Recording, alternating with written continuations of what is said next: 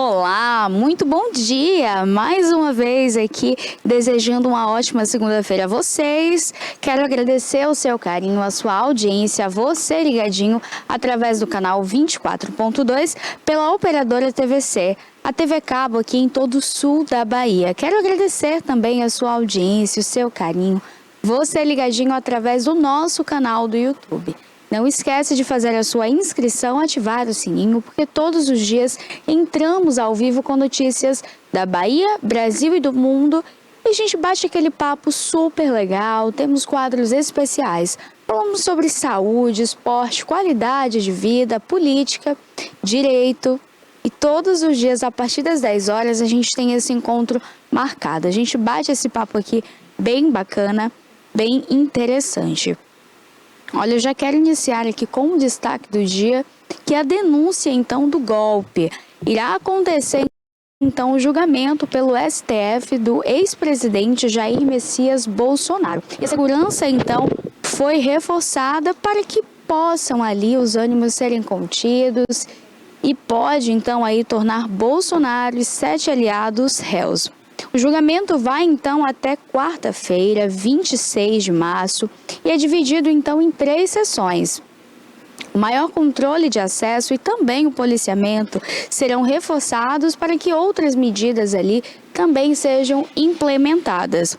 A primeira turma, então, do Supremo Tribunal Federal, STF, começa, então, a analisar nesta terça-feira, dia 25, se aceita, então, a denúncia contra o ex-presidente Jair Bolsonaro e outros 7 acusados, então, na tentativa de golpe de Estado em 2022. O julgamento, então, irá até quarta-feira, dia 26, que é dividido, então, em 3 sessões.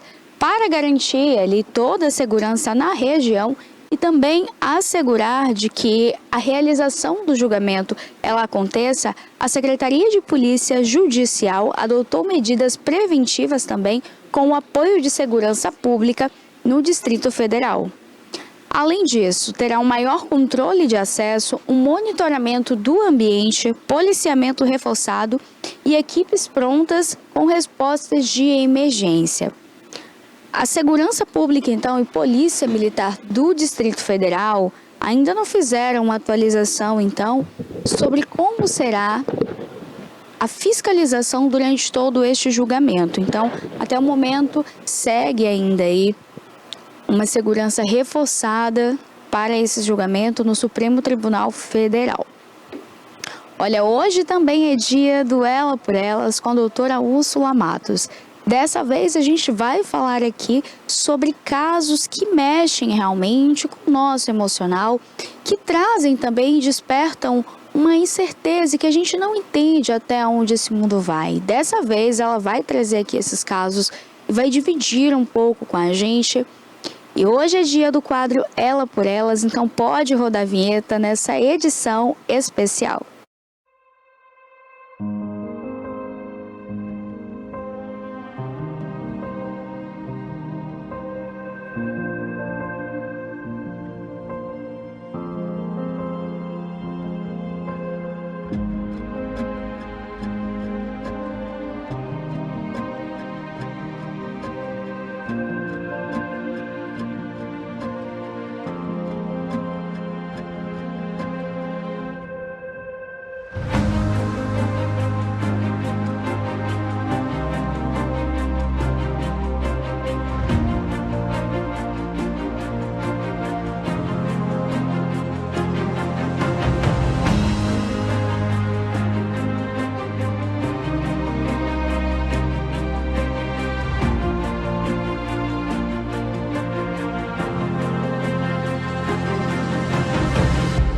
Dia 17 de janeiro de 2005, foi a inauguração da TVI. Inauguramos às 17 horas com o programa Cidade Já, que era o Reginaldo Silva que apresentou o primeiro programa da TVI. Era um programa que falava de política, falava dos assuntos do cotidiano da cidade.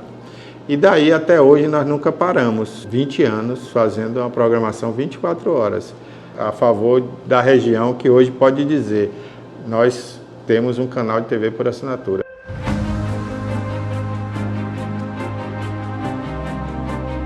Agradeço muito a Deus, eu agradeço também a todas aquelas pessoas que passaram por aqui, vários profissionais. Quando você vê que o que você aprendeu, você conseguiu transmitir para alguém de alguma forma, e essa pessoa assimilou isso e virou um grande profissional, né? Eu me sinto realizado nesse ponto aí, fico muito feliz. E também ao telespectador, porque o assinante de Itabuna, da TV a cabo, né? Nós batemos um recorde aqui na cidade, e Ilhéus também, né, a nível de assinantes de TV, né? Muitos assinantes assinaram a TVC, hoje a TVC, né, era a TV Cabo. Então, na época, muita gente assinou para assistir a gente, para acompanhar a gente, né?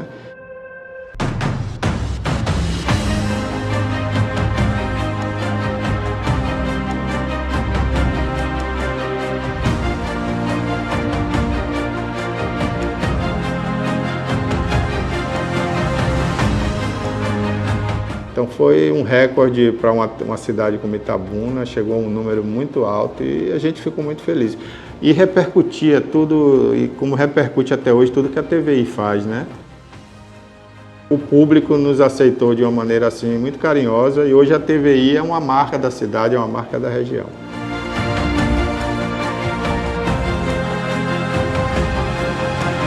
Eu agradeço do fundo do meu coração. Obrigado aí por esses 20 anos da TVI.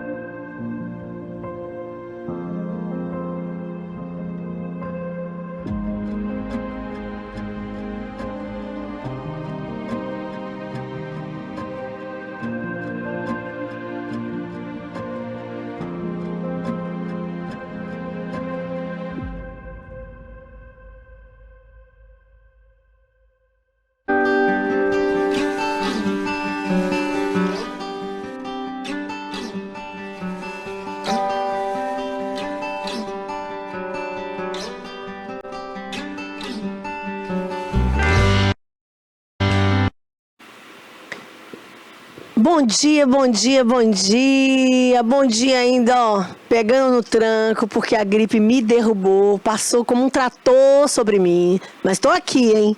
Tô aqui, tô respirando, reerguendo e caminhando. Bom dia pra você, mulher empoderada, que sabe o que você quer, sabe que é guardiã de si mesma, dos seus filhos, que não aceita nenhum tipo de relacionamento abusivo, tóxico, que sabe que veio pro mundo, ou aliás, veio ao mundo pra ser amada e respeitada. Bom dia pra você, telespectador de alto nível da TVI. Aliás, você que bate mulher, hein? Nem escuta meu bom dia, que meu bom dia é só para homem de alto nível. O telespectador da TVI é homem que respeita a esposa, as filhas, as primas, as sobrinhas. É homem que vai pro trabalho e sabe daquele velho ditado, ó, a dica de sempre: no lugar que se ganha o pão, não se compra carne, né? Então pronto, bom dia pra você, meu telespectador de elite, esse maravilhoso de sempre. E olha, o programa de hoje, gente, vai ser daqueles, porque olha quem tá aqui do meu lado. Gente, duas Barbies, duas princesas. Agora Barbie no melhor sentido falando da palavra, porque são lindas por dentro, lindas por fora, extremamente competentes.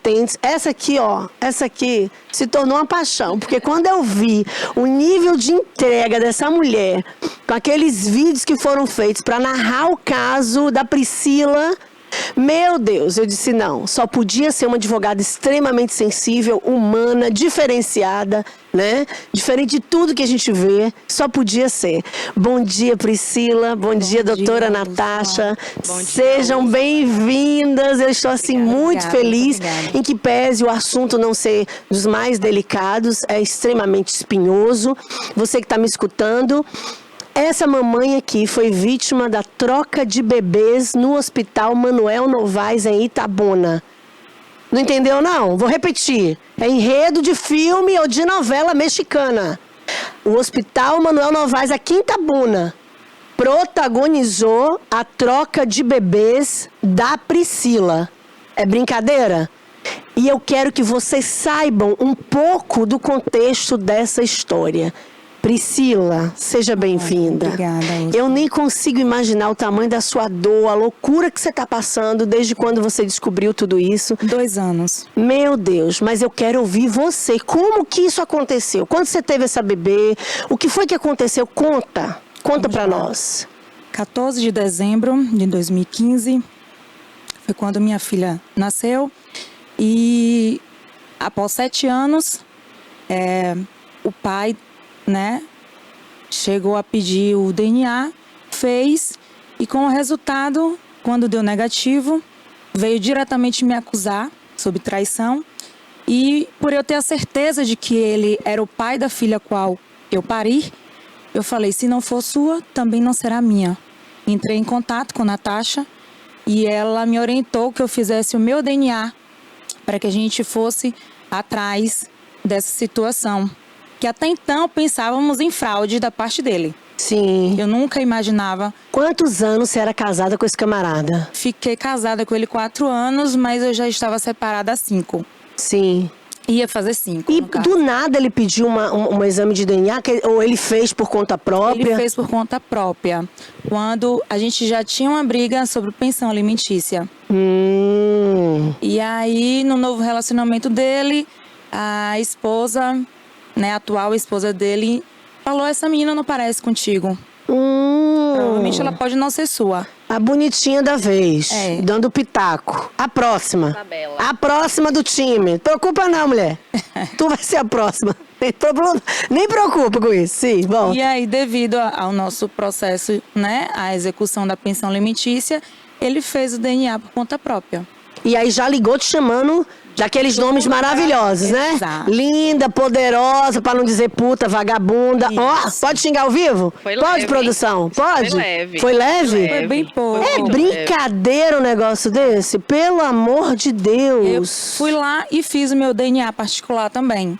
Pra Meu minha surpresa, Deus. ela também não era minha filha biológica. Mas isso tu já tinha escutado Um monte. um monte dele. Um monte. Dele, E aí- da família. Toda. Toda. Tu pulou a cerca. Ameaças da Meu parte dele. Deus do céu. Várias coisas. E aí, quando tu descobriu que também não era tua filha, o desespero aconteceu. Muito, muito, muito mesmo. O chão abriu, né? E eu caí. Meu Jesus. Só que eu pedia muito a Deus para que me desse direção. E aí veio lembranças, Sim. né? Eu tive empatia por uma bebê. Oh, Jesus. Que Eu tava do quis teu lado. estar do meu lado. Eu não aguentava o choro dela à noite. Eu pedi para amamentar. Minha própria filha sem saber. Oh, Jesus. E aí eu falei com a Natasha, eu quero começar por ela. E por sorte, eu deixo tudo armazenado. E eu tinha um vídeo amamentando minha filha Camille, que é a minha filha afetiva, e pegava essa outra mãe com a minha filha biológica de fundo. Meu Deus. E através disso, levamos ao delegado e começamos a investigar. Meu Jesus, você sentiu vontade. O sexto sentido de mãe, Natasha. Mãe. A gente que é mãe sabe. Meu Deus, Natasha, não tem como explicar. Já tô nesse caso há 2 anos e toda vez que eu ouço essa história, eu me emociono. Não tem como não se emocionar, não tem como. Mas aí o seguinte, depois que descobriu que então a tua filha biológica era realmente a filha que foi trocada, você passou a ter contato com ela? Demoramos 6 meses para encontrá-la. Sim, Ela não reside aqui na cidade de Itabuna. Ela mora na zona rural. sim. Então, para eles conseguirem achar, foi demorado. Difícil. Foi difícil. E aí, através de parentes dela, que comunicaram a ela o que estavam à sua procura, ela veio até a delegacia procurar saber o que de fato estava acontecendo. E Meu aí foi através Deus. daí que a gente conseguiu entrar em contato com ela e formalizar. E aí fizemos o nosso DNA, Sim. nós 4. Os pais também, né? PT. no Sim. DPT, no Departamento de Lá no Polícia DPT. Técnica, Mas foi o coletado material genético de todo mundo. simultaneamente É. e feita a análise de material genético. Pronto, então bateu o martelo. Aí A bateu. sua filha biológica é a que tá com outro casal. É o que tá e com a ela. filha que tá com você É a dela. É a dela. Isso. Mas me conta como que tem sido isso a nível jurídico, na esfera jurídica. Se distribuir uma ação, conseguir uma questão de visitação, regime de convivência, está se alegando ou se pleiteando a guarda. Explica para mim, doutora. São tantos desdobramentos que eu vou setorizar. Sim, vai lá. Em relação ao pai de Camille, ele ainda continua em débito, né? Ele não paga a pensão alimentícia, inclusive em dezembro ele foi preso. Agora está na iminência de ser novamente preso, porque ele se nega a partilhar os gastos da filha que ele reconhece como filha. Então temos esse problema. A filha afetiva? A filha afetiva. Porque Ok. se ele não fez o exame de compatibilidade com a filha genética dela, não vou falar os nomes para não expor Sim, menores, claro. já que os processos correm em segredo de justiça. Ele também não é o pai, mas ele também não quer ser o pai de ninguém. Ele não quer pagar, ele não quer ter a responsabilidade de prover nenhuma das crianças. Mas me diga uma coisa, a menina de 7 anos, que é a filha afetiva. tem 8, né? 8. É. A filha afetiva, vamos colocar assim, filha afetiva, filha biológica. 9. Não, 9. Chama ele de pai. Chama de pai. Não reconhece Então- como pai. É o pai. Nós já temos entendi. jurisprudência. O nós já STF temos- agora, amigo, o STF recentemente, o camarada queria porque queria tirar o nome da certidão de nascimento do próprio filho. O STF disse, ei, amor, vem cá. Filho não é só quem tem o empréstimo do material genético, não. O filho é quem desenvolveu algum tipo de laço afetivo com você. Se essa criança te identifica como pai, se essa criança te chama como pai, foi criada por você durante um tempo, por que agora rejeitar a paternidade? Por questões financeiras?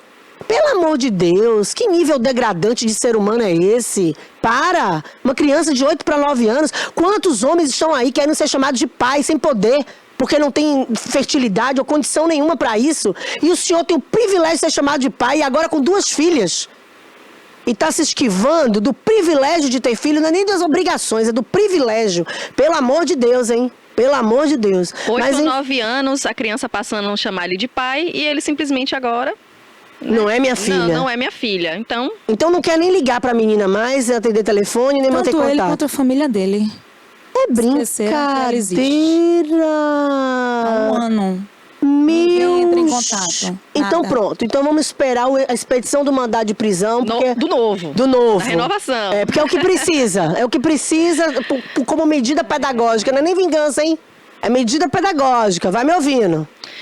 Então temos temos esse problema. Sim. Temos o problema da responsabilidade civil do hospital. Boa. Né? Boa. Distribuídas ações em julho de 2023. Em julho de 2023. E o hospital diz o quê? Então... O que o provedor da Santa Casa diz? Olha, eu não vou responder por ele, mas eu vou responder o que a contestação diz, tá bom, doutora? Ok, Pode ser assim? pode ser. A contestação, ela fala que a Priscila, ela quis trocar a filha dela, Ai, meu né? Deus Eles do também não céu. explicam o motivo porque ela quis trocar a filha dela, que basicamente é a tese arguída em É contestação. estarrecedor.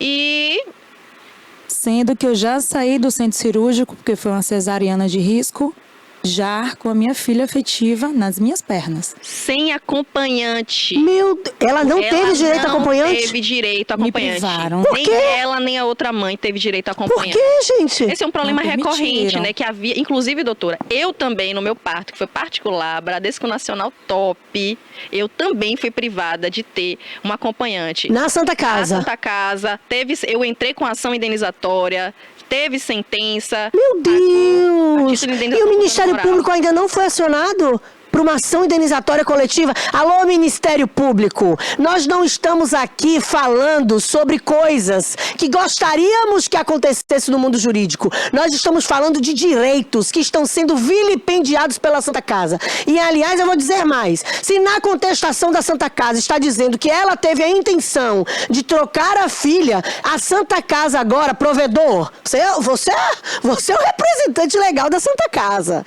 Aliás, advogado que é, provavelmente passou por suas mãos o teor dessa peça contestatória. Que vergonha! Que vergonha! Que lástima! Que lástima de argumentação. Dizer que uma mãe que hoje busca e luta pelo convívio com a filha biológica que vocês trocaram no hospital, deu causa à troca dos bebês. Isso é o fim do poço. Isso é subterrâneo.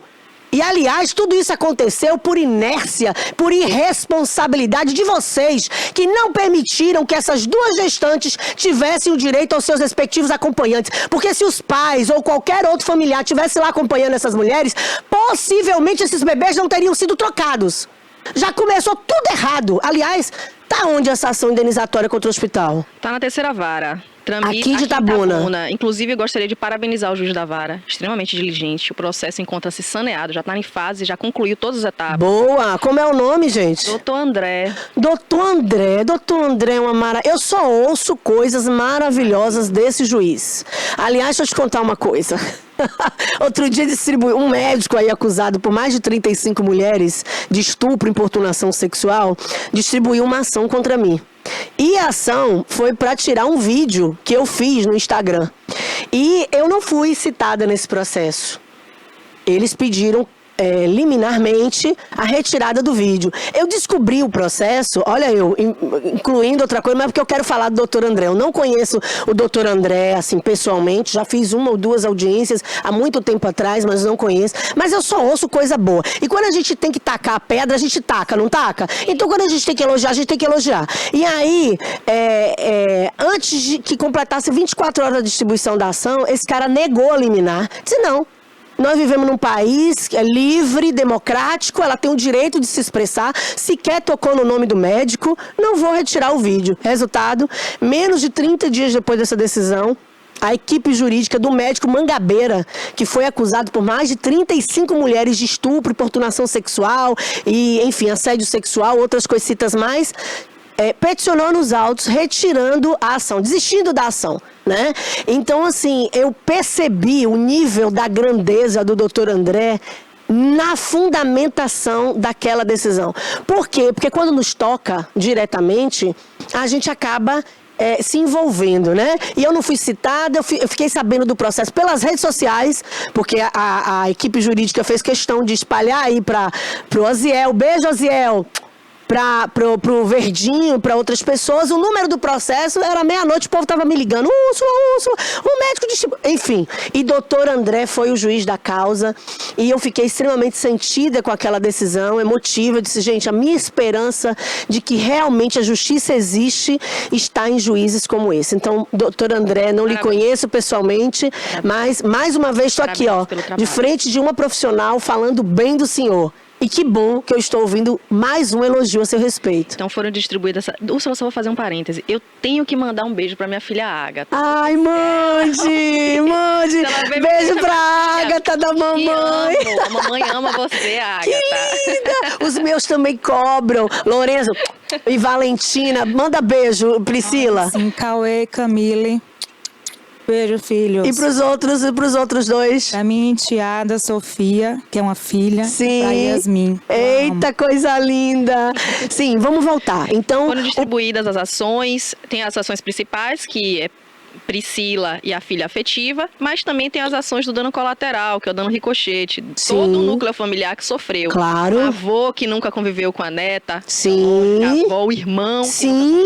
Então, todo esse núcleo familiar, nós peticionamos em busca, não é só uma ação indenizatória, é uma ação para tentar reparar o dano. A palavra é essa, reparação. Reparação. O núcleo familiar inteiro, ele faz terapia. Meu Deus. Na ação que foi distribuída, eu requeri essa obrigação essa obrigação de fazer para que o hospital custeasse não só o tratamento terapêutico. Obrigação? Obrigação. Foram eles que causaram tudo isso? Mas como é o mínimo. tratamento, e aí eu vou abrir um pouco essa intimidade de Priscila, o tratamento psiquiátrico, que por um tempo Priscila precisou de tratamento psiquiátrico. Como não? Eu faço tratamento psiquiátrico, isso não é vergonha pra ninguém. Sim. E vou dizer mais, uma pessoa que passa pelo que você passou, permanece lúcida, inteira, firme e forte, lutando, porque você tem Jesus e você é forte, você é maravilhosa, né? Porque se fosse outra pessoa, já teria corrido doida, com a mão na cabeça. Os problemas psicológicos ocasionados por esse dano geraram problemas à saúde, não só mental de Priscila, mas como a saúde física. Sim.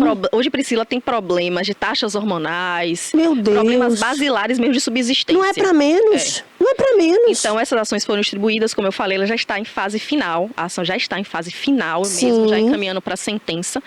E o doutor André, o juiz titular da terceira vara, que está conduzindo o processo, e acho que daqui até o final do ano, até junho, a gente já tem uma decisão. E eu espero... de saber o que vai acontecer já, né, doutora? Sim. Eles vão recorrer, eles vão postergar. Agora eu quero dizer uma coisa. Eu espero, em que pese eu acreditar que não exista valor que possa reparar essa mãe e essa família, eu espero que a condenação seja na casa dos milhões. Vou lhe dizer por quê. Porque a Santa Casa de Misericórdia precisa rever todos os protocolos de segurança, de procedimentos internos. Mexem com vidas. Vidas. Não tem muito tempo, eu vi uma reportagem da senhora falando sobre a mãozinha de uma criança que estava necrosada. Heitor. Do Heitor. Quer dizer, por erros precários, basilares, né, dos procedimentos internos, né, e dos profissionais que compõem a Santa Casa de Misericórdia de Itabuna. É uma vergonha. Então eu espero, sinceramente, que não me saia uma decisão tipo 200 mil reais, 300, não, é na casa dos milhões. Ainda que eles recorram até o STF.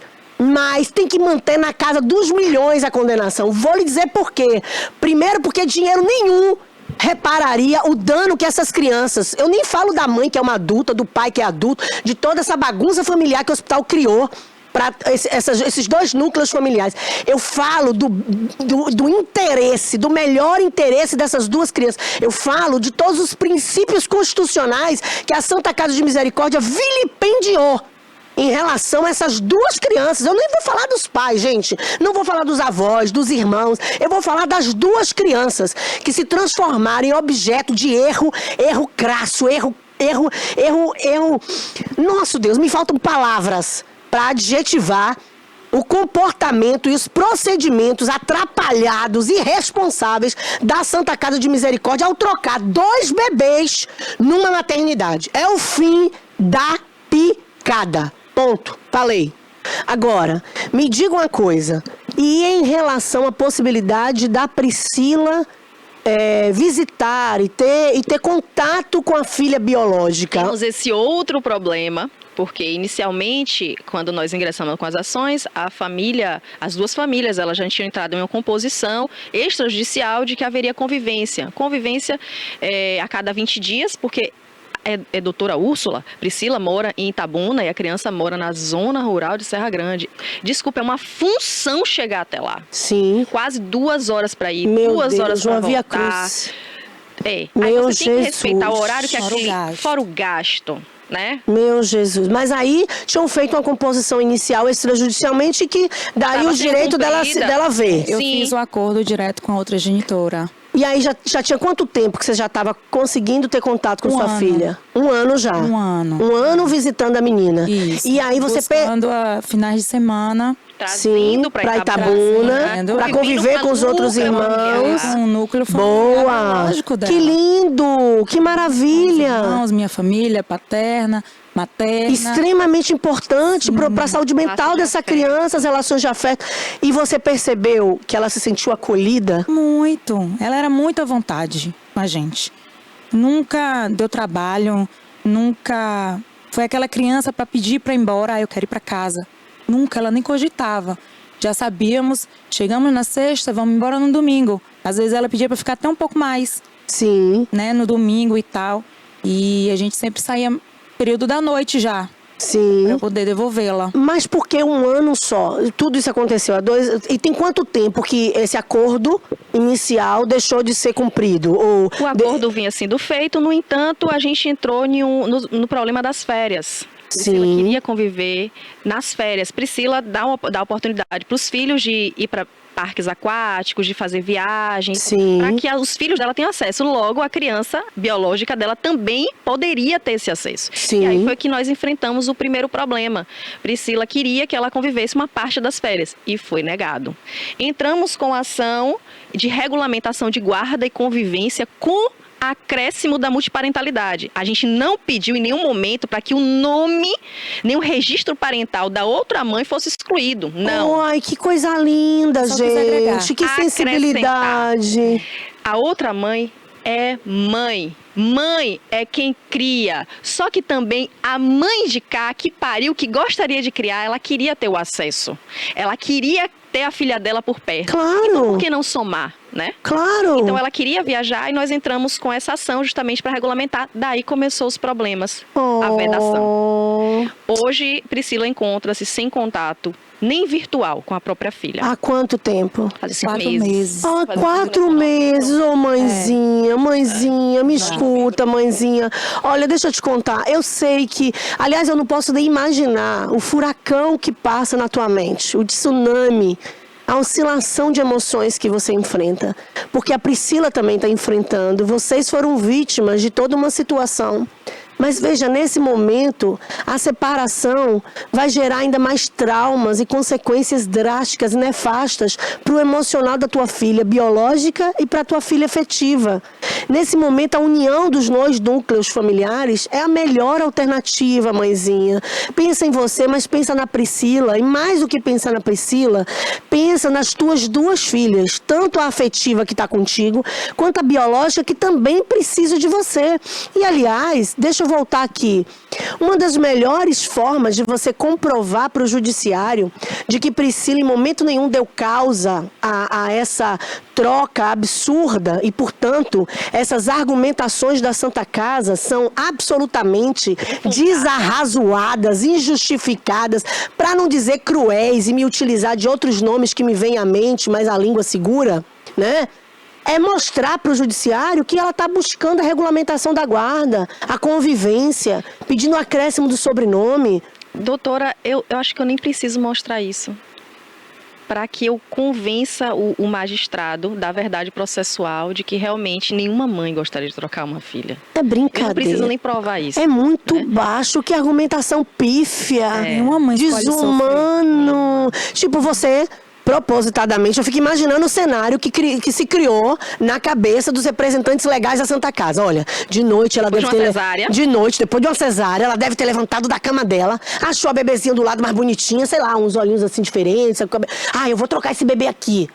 Gente... Convenceu outra mãe a trocar também. E convenceu a outra mãe a trocar. Ou se não, a outra mãe estava lá dormindo, sono profundo e eterno, no berço esplêndido, e ela, no momento, assim... conseguiu trocar o bebê de forma sorrateira. E a outra mãe esqueceu da cara do filho que ela tinha pegado primeiro. Porque não iria dar conta de que houve uma troca no dia seguinte e, portanto... Não. Olha, gente, vou te falar uma coisa. Fica pior. O trem só fica pior. Ladeira abaixo. Mas vem cá. E aí, o que a justiça... Essa ação... Tá em qual? Tá em Itabuna? Não, ou tá... ela tá na comarca de Uruçuca, visto que Serra Grande é distrito. Então foi distribuído lá. A competência lá. A competência lá. Inicialmente não houve deferimento de liminar, mas ocorreu rápido, de forma rápida, uma audiência conciliatória, onde essa mãe... ela se comprometeu, a mãe afetiva da filha de Priscila, ela se comprometeu a, uma vez por mês, facilitar a convivência e dar uma autorização de viagem, porque Priscila não podia ficar com uma criança que não era dela, abaixo de 12 anos. Meu Deus! Era muito risco. Inclusive, ela já foi parada pela polícia e conseguiu, mostrando o DNA. E aí os policiais, eles foram bem compreensivos e liberaram. Porque se eles tivessem que fazer o dever legal deles... Iriam retirar a criança. Recolher a criança, levar para um abrigo, uma coisa assim, acionar o conselho tutelar, a polícia. Exato. Então, Priscila sofreu essa iminência, esse risco, e a gente buscou justamente a regulamentação dessa situação. Ela se comprometeu em audiência. Constou em ata. Ok. Se comprometeu. Tem a gravação, doutora, né? Tem as gravações também da audiência, né? Portanto, o juiz de Uruçuca pode e deve ter acesso à ata escrita, à própria gravação. E aí, mesmo diante disso, não houve o deferimento de liminar? Por qual motivo? Aí eu pedi o deferimento de liminar, haja visto o descumprimento voluntário do acordo. E a semana passada agora, para minha surpresa, o juiz da comarca, ele deferiu, ele entendeu que reduziu a convivência a 4 horas semanais. Meu Deus! Ou 4 horas semanais ininterruptas, que fossem preferencialmente exercida na sábado ou no domingo, ou então 2 dias de 2 horas e meia. Meu cada uma. Deus! 2 horas. Supervisionada. Supervisionada. Porque a gente está tratando, então, de uma mãe criminosa que pode trazer algum risco à integridade física e emocional da criança. Ano já de convivência. Depois de um ano, de e o juiz sabe que tem um ano que tá convivendo. Eu vou ter uns treinos altos. Então agora eu vou ter que direcionar meu recado pro juiz de Uruçuca. Doutor, eu já despachei com Vossa Excelência, um homem tão sensato, tão justo, tão querido, tão célere. Aliás, Uruçuca nunca teve um juiz tão célere, tão ativo como o atual juiz da comarca. Se coloque no lugar da Priscila, por favor. Se coloque no lugar dessa criança. Há 1 ano essa criança já estava convivendo com a família biológica. Por que agora Vossa Excelência reduziu o tempo de convivência dessa criança? Onde fica o melhor interesse do menor, doutor? Pelo amor de Deus, já não basta os traumas causados pela atitude atrapalhada e irresponsável e até mesmo criminosa do hospital, que tirou dessas famílias a possibilidade de estarem convivendo, né, com os seus respectivos filhos biológicos. Olha, doutor, aqui ninguém pediu para passar por isso. A Priscila não pediu para passar por isso, a outra mãe não pediu para passar por isso, tampouco as crianças que foram trocadas em hospital. Portanto, depois de 1 ano de convívio, o senhor se posicionar no sentido de diminuir aquilo que já era uma realidade para a vida da criança, um convívio com a família biológica, com essa mãe que só está disposta a dar amor. E por que visitas supervisionadas? Quantos pais estão aí, doutor, que violentaram, né, as suas respectivas ex-esposas, ex-companheiras, as genitoras dos seus filhos, que são agressores? Existem históricos de violência doméstica em tantas famílias e o judiciário está aí permitindo a visitação desses caras, sem nenhum tipo de assistência. Às vezes homens que usam drogas, às vezes homens que usam álcool, que tem algum tipo de dependência química e que, portanto, oferecem, sim, algum risco à integridade física e emocional dos seus respectivos filhos. Mas a Priscila não tem vício, a Priscila é mulher de bem. Todo mundo que me falou da Priscila me falou de maneira positiva, mulher guerreira, lutadora. E, aliás, vou dizer mais. A doutora Natasha não teria entrado de corpo, alma e cabeça nesse caso, como entrou, se não tivesse advogando para alguém que ela acredita ser uma pessoa honesta, justa e que teve seus direitos vilipendiados. Então, por qual motivo, doutor? Existe o direito, a possibilidade de retratação. Por favor, é claro que a doutora Natasha pode agravar da decisão. Já gravei. Maravilha. Já gravei. Agrava e apresenta lá a petição nos autos de origem, com 3 dias do agravo. É o artigo 1084, alguma coisa assim. Eu sou péssimo de decorar, eu sou boa de fazer. Pronto. Então, mas agrava e junta cá o informe do agravo, com até 3 dias, salvo engano. Tem o despacho para fazer já em relação a essa situação, porque ela, ao meu ver, foi uma decisão desarrazoada. Sim. Uma decisão que sequer foi cumprida o que constou em ata. É brincadeira. O juízo poderia ignorou. ter se apegado ao fato de que havia um acordo e que ele podia se valer do E o MP fala o quê? O Ministério Público, olha, tá chorando, não dou conta. É muita dor, né? Ah, Jesus. É muita dor. Só a gente que é mãe, a gente entende. E o Ministério Público... Eu só quero ter minha filha comigo. Oh. Me roubaram 8 anos da vida dela. E estão me roubando ela de novo. Dói. Dói muito, Úrsula, dói muito. Eu durmo e acordo pensando nisso todos os dias. Faça um apelo. Faça um apelo ao judiciário. Olha ali naquela câmera. Eu estava constituindo de amor com minha filha. Ela passou 1 ano me chamando de tia. E eu nunca a cobrei. Então, ela já está demonstrando tanto amor comigo, amor de filha. Ela já entendia. Ela falou para minha filha afetiva. Um dia elas discutiram por um chocolate. Aí minha filha afetiva é muito ciumenta comigo. Ela falou assim, foi minha mãe que me deu. Ela virou para ela e falou, ela também é minha mãe. Oh, que coisa linda, ela já entende o contexto todo. Ela não é só a sua mãe, ela também é minha mãe. E eu não estava presente, uma amiga minha que estava ao lado e me contou. Que coisa linda. Então, assim, por que me tirá-la de novo? Entende? Eu não fiz nada de errado. Eu só quero poder amar minha filha. Eu só quero amar minha filha, estar com ela, participar, acrescentar na vida dela o que eu puder fazer por ela, assim como eu faço pelos meus outros filhos. Eu quero fazer também. É só isso que eu peço. Ai, gente, meu coração parte. Meu Jesus.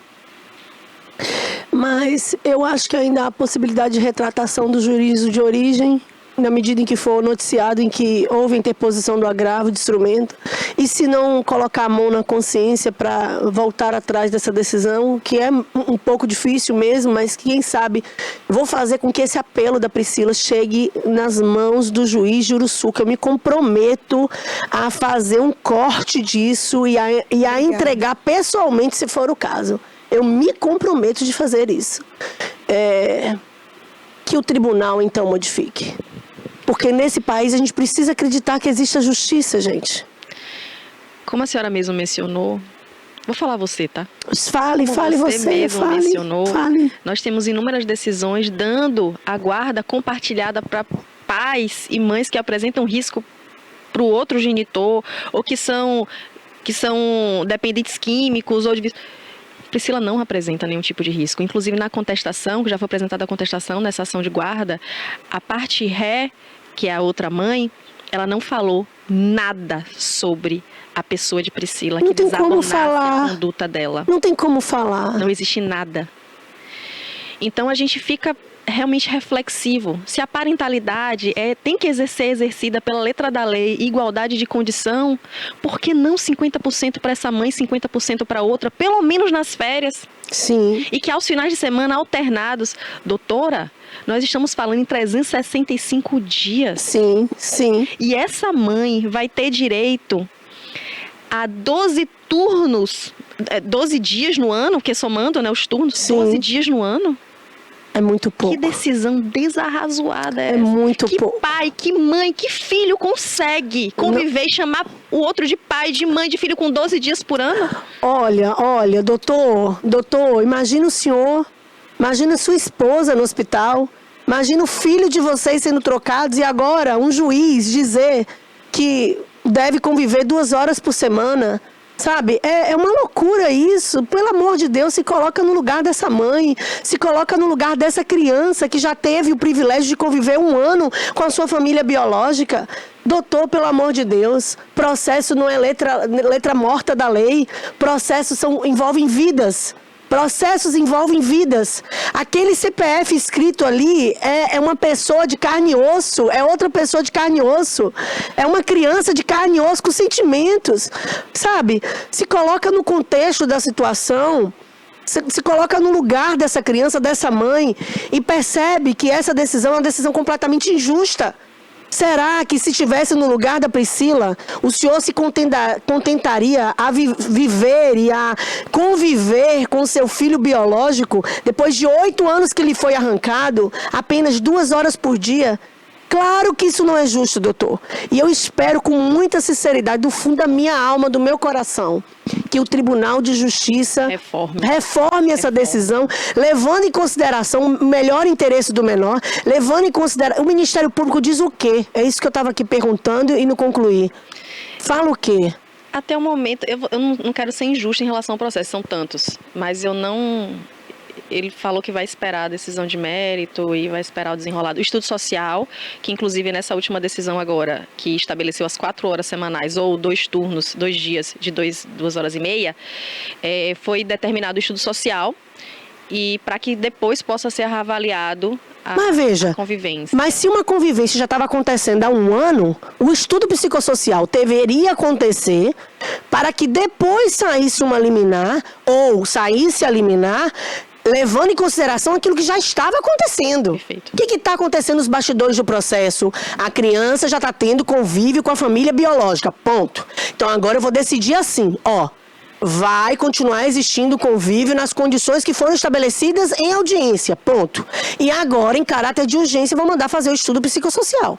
Mas aí, mais uma vez, mudar essa realidade de convívio para esperar a execução de um estudo psicossocial, ô doutor, eu não sei em Uruçuca, mas aqui, nos processos que eu acompanho, que eu vejo, em Itabuna, em região, e acontece do estudo psicossocial somente ser executado depois de 6, 8 meses, 1 ano. Do convívio. 1 ano.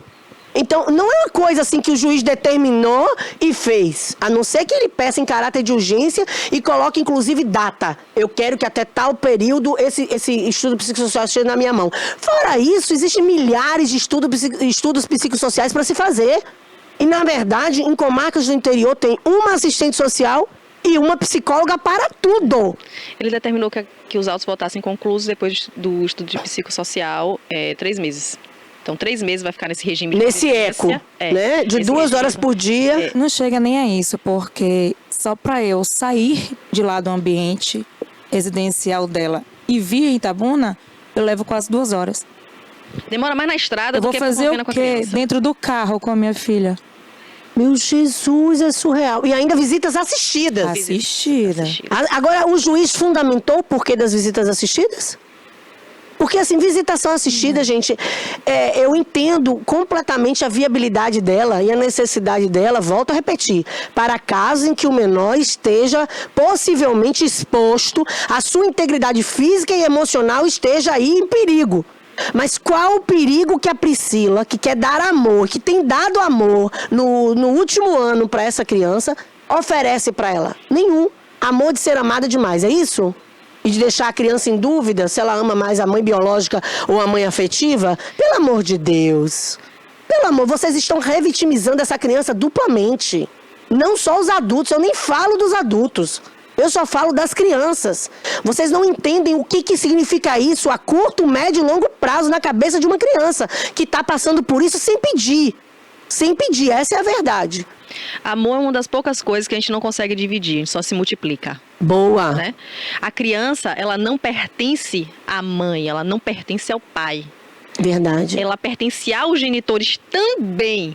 Mas Verdade. ela pertence ao mundo, à sociedade. E Sim. nesse caso específico, ela pertence à mãe afetiva, à mãe biológica, ao núcleo familiar inteiro e à sociedade. Então não existe, eu não quero deixar você conviver com a minha filha, porque talvez ela possa te amar mais. Não existe. Gente, que medo bobo. Isso ele também atirou do âmbito familiar. Claro. Dos irmãos, dos meus pais. Porque tu não vai levar tua mãe, Não teu tenho pai, como- que não são os tenho avós espaço no dela, carro. teu irmão, tudo lá pro tenho. interior. Não tem como, gente. Não tem como. Ele O tirou. judiciário, mais uma vez, de forma vergonhosa, tá mexendo com a vida, o emocional de 2 crianças. Porque, ó, aqui, eu não tô falando só da tua filha biológica. Eu tô falando também da tua filha afetiva, que tá sendo tolhida do convívio da irmã. Né? E eu quero perguntar uma outra coisa. Quanto à mãe biológica da filha afetiva dela, né? Vocês estão entendendo o contexto? Houve uma troca de bebês. Houve uma troca de bebês, certo? Então ela hoje está com a filha afetiva. A filha biológica dela está com outra família. A minha pergunta agora é: o que a família biológica de lá, de Serra Grande, diz em relação à possibilidade de convívio com a filha biológica deles, que ainda hoje está sob a guarda de Priscila? Eu vou deixar a Priscila responder. Eles entraram com alguma ação? Só me respondam isso. Não há busca. Não quero que... Não há busca. Não. Não entraram com ação, não reivindicam o convívio, nada. Não há pedido. Não fomos intimados. Nada. Né? Não fomos chegou intimados. nada. Então, se não foram intimados, é porque não existe. Não existe. Ou E se não existe, eu posso entender o quê? Que há interesse ou há desinteresse? Desinteresse. Para mim, se não existe, há um completo desinteresse. E, aliás, eu vou lhe dizer mais.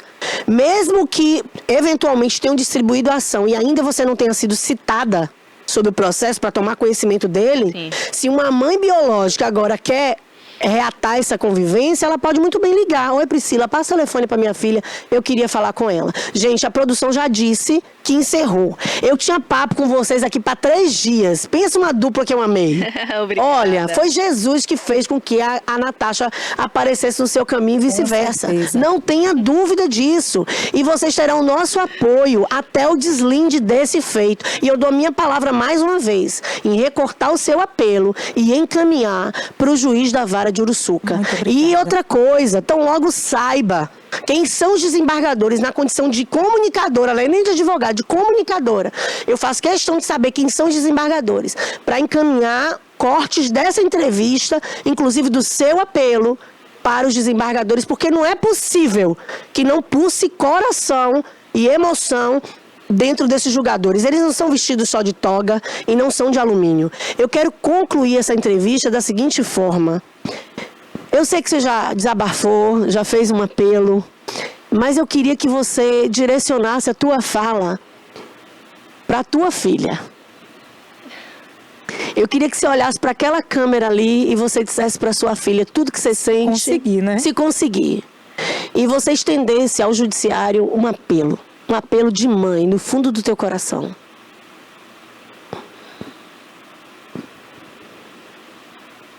Foram 9 meses de luta, ela dentro de mim. Foi uma gestação difícil e arriscada. E lutamos, tanto eu quanto ela. Vencemos. Eu não pude passar 8 anos com minha filha. Eu não amamentei. Eu não tirei o primeiro dentinho dela. Eu não a segurei para dar os primeiros passos. Mas após 8 anos, eu quero poder caminhar ao lado dela. E hoje, se eu estou aqui lutando por você, minha filha Yasmin, é porque eu te amo. A sua mãe está aqui te esperando de braços abertos. Eu quero você ao meu lado, ao lado da nossa família, ao lado dos seus irmãos, para a gente brincar, dar risada, para eu poder ajudar na sua educação, no seu crescimento como pessoa, como mulher, que somos fortes. Eu quero te mostrar um mundo. Eu quero te mostrar o que há de melhor na vida. E sempre estar aqui para quando você precisar. Que coisa linda. Natasha, faz as tuas últimas considerações, vai. Faz aí, olhando para nossa câmera. Faz os teus pleitos aí finais, direcionados ou não para as autoridades judiciais, enfim. Nós, quando somos constituídos advogados, a gente muitas vezes é taxado como frio, como sem alma, mas não corresponde com a realidade.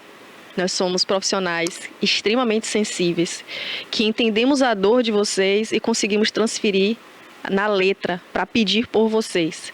E nesse momento, nesse caso tão sensível, eu quero pedir para o judiciário baiano, desde a comarca de Uruçuca até o tribunal, onde foi oposto o agravo, que haja reconsideração da decisão deferida, no sentido de ampliar essa convivência para, no mínimo, o que já havia sido praticada.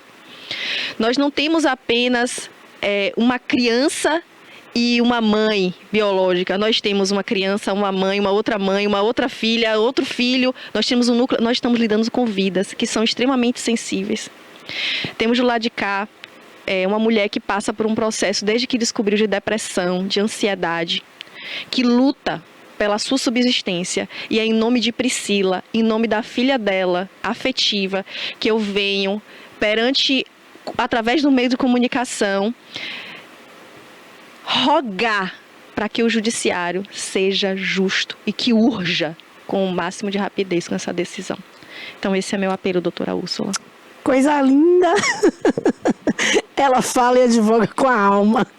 Que coisa linda, que coisa linda. Olha, gente, eu sou manteiga mesmo, vocês me conhecem. E eu quero me despedir de vocês dizendo que nós não vamos largar a mão da Priscila nem da doutora Natasha. Esse programa se chama Ela por Elas, não é à toa. Nós só vamos deixar de falar desse caso no dia que a gente tiver uma notícia assim, olha, as coisas normalizaram e estão acontecendo. E a gente acredita na justiça divina e na justiça terrena. Amém. Um beijo para vocês. Obrigada. E até semana que vem. Tchau, tchau.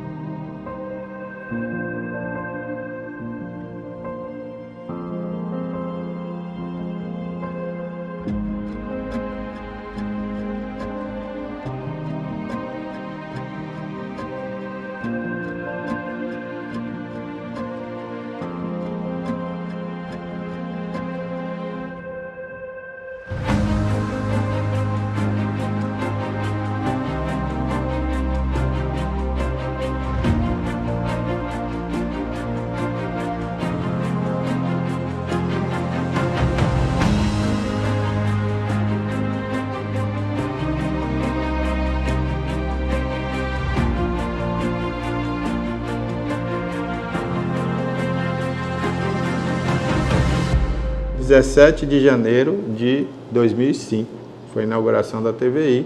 Inauguramos às 17 horas com o programa Cidade Já, que era o Reginaldo Silva que apresentou o primeiro programa da TVI. Era um programa que falava de política, falava dos assuntos do cotidiano da cidade.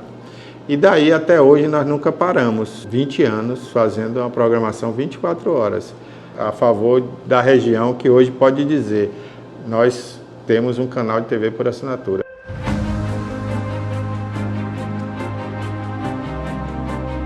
Agradeço muito a Deus, eu agradeço também a todas aquelas pessoas que passaram por aqui, vários profissionais. Quando você vê que o que você aprendeu, você conseguiu transmitir para alguém de alguma forma, e essa pessoa assimilou isso e virou um grande profissional, né? Eu me sinto realizado nesse ponto aí, fico muito feliz.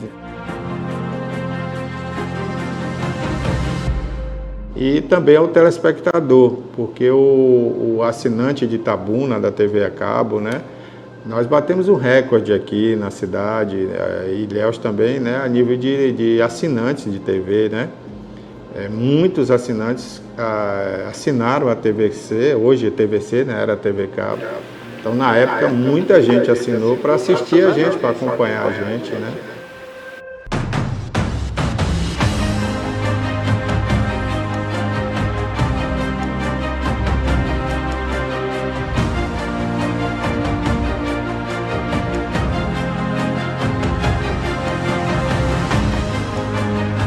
Então foi um recorde para uma cidade como Itabuna, chegou a um número muito alto e a gente ficou muito feliz. E repercutia tudo, e como repercute até hoje, tudo que a TVI faz, né? O público nos aceitou de uma maneira assim muito carinhosa e hoje a TVI é uma marca da cidade, é uma marca da região.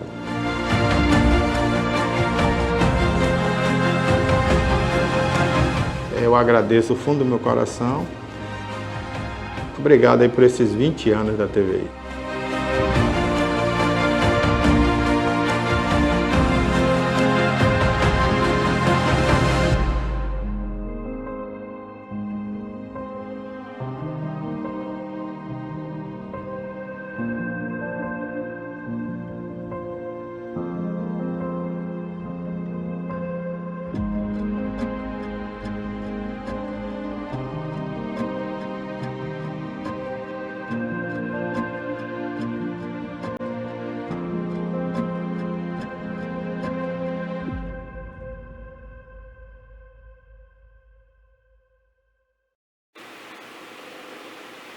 Olha, estou de volta aqui com vocês já para iniciar os destaques do dia. Havia noticiado aqui na semana passada sobre um tiroteio na Avenida Paralela em Salvador. Durante o período da manhã em que as pessoas estavam indo trabalhar, rotina normal, criança indo às escolas, e naquela avenida passam diversas pessoas todos os dias. Era mais uma segunda-feira normal, onde uma jovem uma cirurgiã dentista, estava indo ao seu trabalho quando ela é surpreendida por diversos disparos ali em que policiais corriam em busca desses bandidos que haviam feito alguns assaltos e roubos ali próximo à Avenida Paralela. Nessa movimentação intensa em que a jovem estava ali próximo ao local em que eles passam também, ela então recebe um tiro. Ela recebe um desses disparos. É o momento em que o motociclista que está com ela na garupa para a moto, já grita ali por socorro. Alguns momentos depois, a jovem é socorrida do local. Ela foi socorrida, então, no dia 14 de março e acabou vindo a óbito neste sábado, 22 de março, após, então, aí uma semana internada no Hospital Geral, o Roberto Santos. A informação ela foi confirmada, então, de que a família da jovem havia aceitado e decidido, então, ser doador de órgãos pela jovem. A família, então, da dentista Larissa Araújo Azevedo, ela foi baleada ali durante esse confronto na Avenida Paralela e decidiu que a jovem traria, então, ali, com seus órgãos, um novo sentido a outras famílias, a outras pessoas. Esse é mais um caso em que a gente observa a quantidade de mortes que a gente tem aqui no nosso país para além desses confrontos. A gente observa a quantidade de pessoas que têm as vidas ceifadas aí através de uma bala perdida. E esse é mais um caso que entristece a gente. Uma jovem de sorriso fácil, uma jovem que trabalhava ali com vidas, que estava indo para mais um dia de atendimento. A jovem contou, então, com 483 doações de sangue que foi feito em nome dela para a Fundação Hemoba. E a gente sabe que ver a população engajada nisso, ver a sociedade falando, clamando, orando, mandando boas energias para a Larissa, a gente consegue ainda ter uma esperança. Mas o que entristece em trazer uma notícia dessa, apesar de saber que a família decidiu doar os órgãos da jovem, traz então diversas vidas e mais esperança ao mundo, a gente pede por mais justiça. Agora a gente busca também por mais segurança. É uma avenida em que diversas pessoas passam ali durante dias, semanas, meses, anos. Salvador recebe uma grande quantidade de pessoas, por ser uma capital muito conhecida, muito falada, por ser a capital baiana, ter um contexto histórico, ter um contexto também cultural. A gente entende aí o Carnaval de Salvador como um grande espetáculo, uma festa muito bonita, que compreende ali diversos artistas. E quando a gente fala de um lugar de alegria, quando a gente fala de um lugar que oportuniza, que abre portas, você está na capital, você tem mais chances de um emprego, ela jovem, há poucos anos ali que havia saído da faculdade, então estava com sonhos, planos, especializações em mente, e que numa segunda-feira comum, uma segunda-feira qualquer, acorda, toma o seu banho, se levanta, se organiza, pega o seu jaleco e sai ali em direção aos seus atendimentos quando ela não volta mais para casa. Então, cabe agora as pessoas competentes, os órgãos competentes, ampliarem as investigações para entender de onde realmente veio essa bala, de onde saiu então esse disparo, de que arma foi, e que haja punição. Uma vida ceifada tão jovem, uma vida ceifada de uma forma tão brutal, ela indo trabalhar, de repente acontece toda essa tragédia. Passa ali por diversos dias internadas, precisando de doação de sangue. O sepultamento então acontece hoje, nesta segunda-feira. A família então se despede juntamente ali com os amigos, colegas de trabalho, de faculdade e pacientes. Irá acontecer então no cemitério municipal de Itamari, a mais de 320 quilômetros de Salvador. A família então pede que as pessoas presentes elas usem roupas brancas como símbolo de paz, que é o que eles precisam para esse momento. Buscar paz, por segurança, não só aqui na Bahia. A gente observa a quantidade de mortes violentas aí, vindo de bala perdida. Quantas famílias, né, não enterram não só a Larissa, mas diversos outros jovens. Que a gente consiga, então, ter isso em mente. Cobrar das pessoas competentes, dos órgãos competentes, das autoridades, para que a gente consiga ter paz, ao menos a ir ao trabalho e voltar para casa.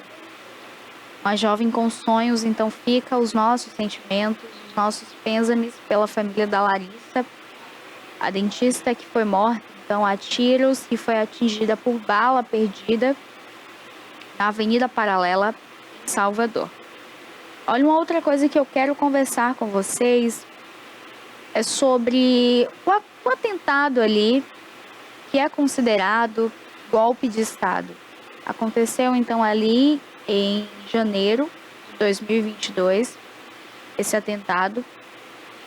E agora irá acontecer o julgamento do ex-presidente Jair Bolsonaro. A defesa do Jair Bolsonaro pede que o Alexandre de Moraes não esteja ali presente durante o julgamento. E o ex-ministro do Supremo Tribunal Federal, que é o Carlos Aires Brito, ele afirmou, então, que o Alexandre de Moraes ele não pode ser considerado ali suspeito por julgar uma denúncia da Procuradoria-Geral, a PGR, contra o ex-presidente Bolsonaro por participação aí nessa trama que eles consideram como golpista. Ou seja, que o Alexandre de Moraes é necessário sim que ele esteja, apesar também de que o Alexandre de Moraes ele está inserido ali no contexto também como vítima. Olha, o STF então decidiu que o ministro, o Alexandre de Moraes, o Flávio Dino e o Cristiano Zanin estão aptos, então, a analisar a suposta tentativa de golpe de Estado após, então, aí as eleições do ano de 2022. Entendo que, objetivamente, pela análise de dados que disponho, o ministro não é suspeito coisa nenhuma. Ele tem condições plenas de atuar como relator e como figura central dos processos e emitirem seus juízos técnicos sem nenhum comprometimento de ordem técnica do processo em si. Disse, então, o ministro, que já está aposentado, em uma entrevista também à CNN. Então, o ex-ministro do Supremo Tribunal Federal, o Carlos Aires, ele fez uma declaração falando que ele também acredita que o Alexandre de Moraes ele esteja apto para analisar, então, aí essa suposta tentativa de golpe. Além de que o julgamento irá acontecer amanhã e vai até quarta-feira. Então será montado aí todo um esquema também de segurança, a fim de que contenham ali os ânimos também em Brasília. E agora a gente fica na expectativa para outras informações e atualizações vindo da defesa ou por parte da acusação também. Olha, uma outra coisa que eu quero falar com vocês também é sobre o Papa. O Papa Francisco, ele passou por um período muito delicado em sua saúde. Ele teve um quadro ali de pneumonia que evoluiu para uma bronquite. Quando se trata de um quadro em que a saúde ela vem se agravando dias após dias, é colocado então na UTI. O paciente entra ali no estado de atenção e tratamento intensivo, ou seja, os aparelhos, eles precisam então ali fazer bombardear o corpo, bombear o sangue. O corpo da pessoa então entra ali no estado mais vulnerável. Foi o que aconteceu com o Papa. E após essa longa luta contra aí a pneumonia, que avança então para uma bronquite, o Papa Francisco recebe alta. Ontem ele esteve aí, olha, essa imagem que aparece para vocês, é o Papa falando ali, cumprimentando os fiéis, então, ele dizendo quão feliz ele estava, né, ali com esse sorriso, mostrando então a quantidade ali de fiéis que estavam em orações. O hospital, então, que o Papa estava internado, recebe ali diversos fiéis. eles fazendo orações, deixando ali energias positivas, esperando por alta, por cura. E agora o Papa então recebe aí essa alta. É uma alegria para a gente também. Quando a gente passou pelo período de pandemia, a gente via ali o Papa também fazendo suas orações. Ele orava em prol da saúde das pessoas, da melhora na qualidade de vida e, além de tudo, para que tudo se restabelecesse. Então agora os fiéis, eles bravamente foram ali até a porta do hospital, agradecer também. O Papa fez os seus agradecimentos aos fiéis também por terem ido ali e conseguido, então, deixar essas preces, esse agradecimento. É um momento em que a gente fica feliz também, a gente torce. Foram intensos dias aí, pouco mais de um mês, em que o Papa Francisco esteve adoentado, internado, passou ali pela UTI. Então, que agora ele está de volta aí às suas atividades, claro que com todo o rigor necessário, com toda a atenção de equipe médica que o atende e o acompanha, passando também por baterias de exame para entender o quão apto ele vai estar ali para as atividades ou o quão de repouso ele vai necessitar. Olha, eu quero conversar com vocês também sobre um caso que a mídia ela tem mostrado muito. Eu tenho trazido aqui com vocês, a gente tem esse papel quanto comunicador em informar. Um caso que aconteceu já há mais de 15 dias, o caso da menina Vitória em Cajamar. Acontece que após todo o cerco ser montado, após a polícia identificar quem estaria naquele carro em que a menina manda o áudio, diz a amiga que ela está sendo perseguida, que passaram ali então, algumas pessoas falaram com a jovem, que ela nota também um comportamento estranho de uma das pessoas que está dentro do ônibus.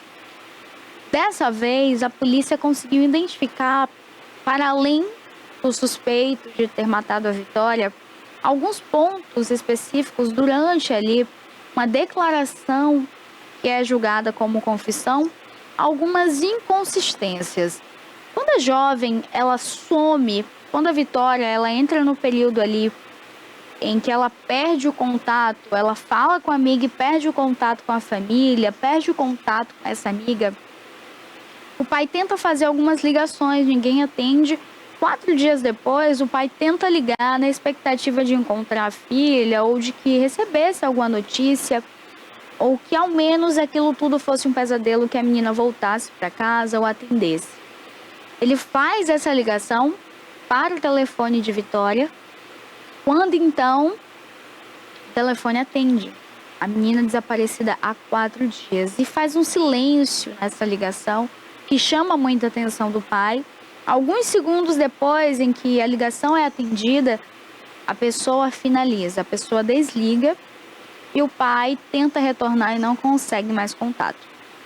Além das inconsistências nessa confissão do Michael, que é o principal suspeito, o principal acusado, quero que Cássio mostre aí pra gente, Cássio, já um videozinho dele na confissão, em que ele fala ali sobre algumas formas que ele teria pego a Vitória. Dentre elas, ele conta ali, sem remorso algum. E dessa vez a polícia está tentando refazer os últimos passos, conforme a confissão do Michael, para entender se ele agiu sozinho ou se ele agiu ali juntamente com alguém. Agora, o que chama mais atenção em tudo isso, e o que eu quero trazer aqui com vocês de atualização sobre esse caso brutal que aconteceu em Cajamar, na Grande São Paulo, é que o motorista de aplicativo, um rapaz em que faz corridas, ele disse durante uma reportagem que ele recebe um chamado para levar 2 passageiras até Campinas. Eles levam essas passageiras até Campinas e elas no carro falam sobre o comportamento do Michael. O rapaz era um conhecido ali já da família do Michael, era um conhecido do Michael, e que ele só escuta ali a conversa vagamente, mas que ele observa que as meninas ficam em Campinas por algumas horas e já retornam. Ele recebe esse chamado novamente para retornar com elas até Cajamar. O celular de Vitória, pela geolocalização, aponta que o aparelho estava em Campinas. O último sinal encontrado foi em Campinas. O que eu quero identificar aqui com vocês, e é o principal ponto para essa investigação, é o Michael, ele diz ter agido sozinho. O celular foi encontrado em Campinas. O Michael não foi até Campinas.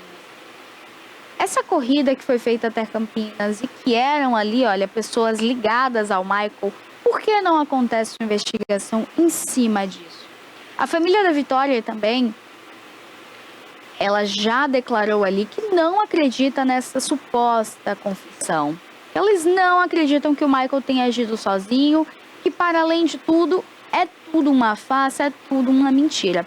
O Michael, ele foi então ali, olha, ele passou por uma troca de presídio, mas ele está passando também por algumas conversas com advogados, a fim de entender e analisar o que irá acontecer em relação a essa confissão.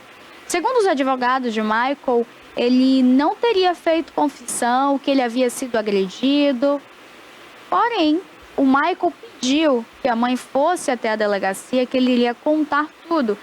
Michael, então, ele inicia nesse vídeo aí que aparece para vocês, olha, com essa camisa verde, é o momento em que ele chega até a sala do delegado, ele começa ali a fazer essas enrolações, porque essa é a palavra correta. Michael, ele começa ali a lidar com esse caso na terceira pessoa, como se ele não estivesse presente lá, mas ele fala ao mesmo tempo que ele estava e que foi ele quem cometeu e agiu sozinho. E além de tudo, um outro fato também que deixa uma marca muito triste para todos nós que acompanhamos, não só a gente que comunica, mas a gente que sente, a gente que tem o coração, olha, as imagens que mostram aí para vocês, que a gente consegue entender, a Vitória havia postado ali um vídeo, uma imagem, falando que estaria indo para casa. Eram 11 horas da noite, por volta das 23h21. Então, que a jovem estaria esperando ali, olha, neste ponto de ônibus, bem próximo à casa dela. Então, cerca ali, olha, de alguns minutos, a Vitória chegaria em casa após desembarcar nesse ponto. Mas não é o que aconteceu. Então, o Michael, ele conta ali parte desse trajeto, mas ainda tem muitos pontos a serem investigados para que a gente consiga entender. A gente consegue observar aí pela imagem de que a casa do Michael era muito próxima à casa da Vitória. E além de tudo, uma das coisas que chama a atenção é de que o Michael fala que após todo esse crime bárbaro, ele enterrou o corpo da menina. Mas quando o corpo da Vitória foi encontrado, o corpo da Vitória não tinha vestígio ali, olha, de lama, de que foi enterrado, e menos ainda o corpo foi encontrado ali em cova. Então, esse é um depoimento, essa é uma confissão mentirosa em que o Michael fala ali para o delegado, para toda a equipe técnica, a equipe de investigação, de que ele teria cavado uma cova rasa para a Vitória, com os equipamentos que, inclusive, sumiram ali, então, da casa do padrasto dele. A casa do padrasto de Michael tinha um criatório ali de animais, criavam alguns porcos e precisava fazer a limpeza e higienização do local e fazia com esses equipamentos. Tinha enxada, muito mato em toda a região. Então esses aparelhos, eles somem. E quando some, o padrasto, opa, tem algo de estranho, tem algo de errado. Mas até então ninguém suspeita que seria o Michael. Quando a investigação inicia e aponta ali divergências entre o depoimento do Michael e o depoimento da esposa, que fala que eles dormiram juntos, mas a esposa diz que não dormiu com o Michael. Agora aparece o Uber também contando de que ele leva então ali duas pessoas relacionadas ao Michael.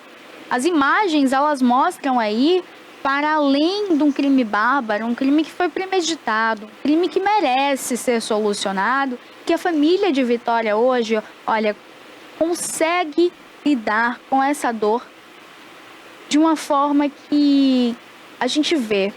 O pai, ele foi colocado ali até mesmo no centro das investigações. O pai, ele teve um sofrimento tão grande em que ele enterra pela segunda vez um filho seu. Primeiro foi um jovem num acidente de carro ali em Cajamar, bem próximo à casa deles também. E agora, o caso da Vitória. Então, as inconsistências a gente consegue observar nesse caso, principalmente porque o Michael fala que a Vitória foi golpeada 2 vezes, mas no corpo de Vitória, através do laudo médico, do laudo pericial, foram encontradas 3 facadas na vítima. Sendo uma delas a principal que culminou, então, ali a perda de muito sangue. Aconteceu a hemorragia e, então, uma perda múltipla das funções ali vitais, dos órgãos da menina. O segundo fator é que ele diz que ele cava essa cova, ele enterra a Vitória e todos os pertences de Vitória, mas a polícia não encontra a Vitória em cova nenhuma, não encontra nem cova por perto. Pelo contrário, a polícia encontra a garota ali e encontra também os vestígios de cabelo que foi arrancado. Agora também já tem uma outra versão que o Michael fala em relação ao cabelo da Vitória, que ele não encostou no cabelo da Vitória. E além de tudo, a polícia tenta fazer essa reconstituição para entender o que realmente aconteceu por ali. O que eu quero trazer aqui para vocês são essas atualizações para que a gente nunca deixe de falar sobre esses casos, para que a gente nunca deixe de cobrar as autoridades por respostas e para que a gente não se cale jamais. Esse é mais um caso em que choca a sociedade, esse é mais um caso de feminicídio, esse é mais um caso de brutalidade contra a dignidade feminina. O ser humano, ele tem perdido o amor, ele tem aos poucos se esfriado como pessoa. A gente vê um caso como esse e a quantidade de pessoas ainda que ouvem o relato do Michael, uma falsa confissão, e acreditam que ele tenha se arrependido, acreditam que uma série de coisas podem mudar. O que a gente espera, o que a gente busca e o que a gente deseja para a família de Vitória é muita justiça, que a justiça seja feita e a Vitória ela não entre para a estatística, que a Vitória ela sirva como lição para muitas outras meninas, para você que volta de casa tarde, para você que aí de casa estuda, precisa pegar um ônibus, trocar ali de cidade, para você que com o seu veículo transita por toda a cidade.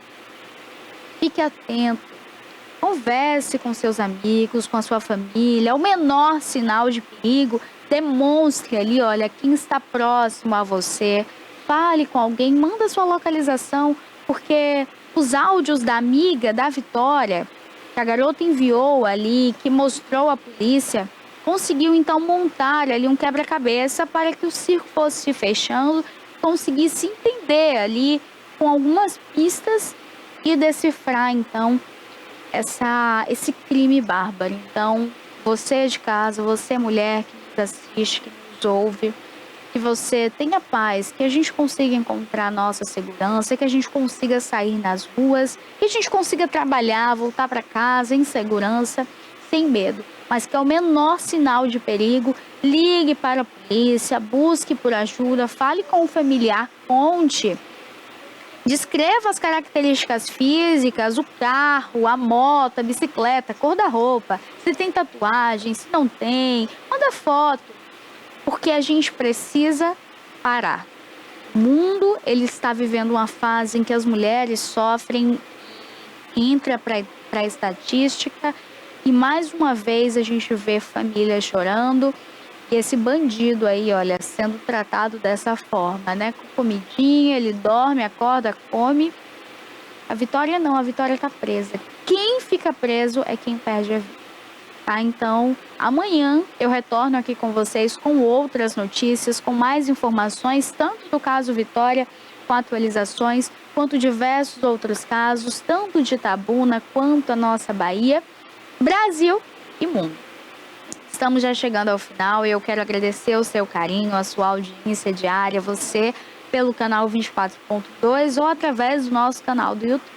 Um beijo especial, fiquem com Deus e amanhã estou de volta, hein? A nossa programação segue aqui, então, com TVI Esportes e também, logo depois, vem Alerta Cidade de Nilton Santos.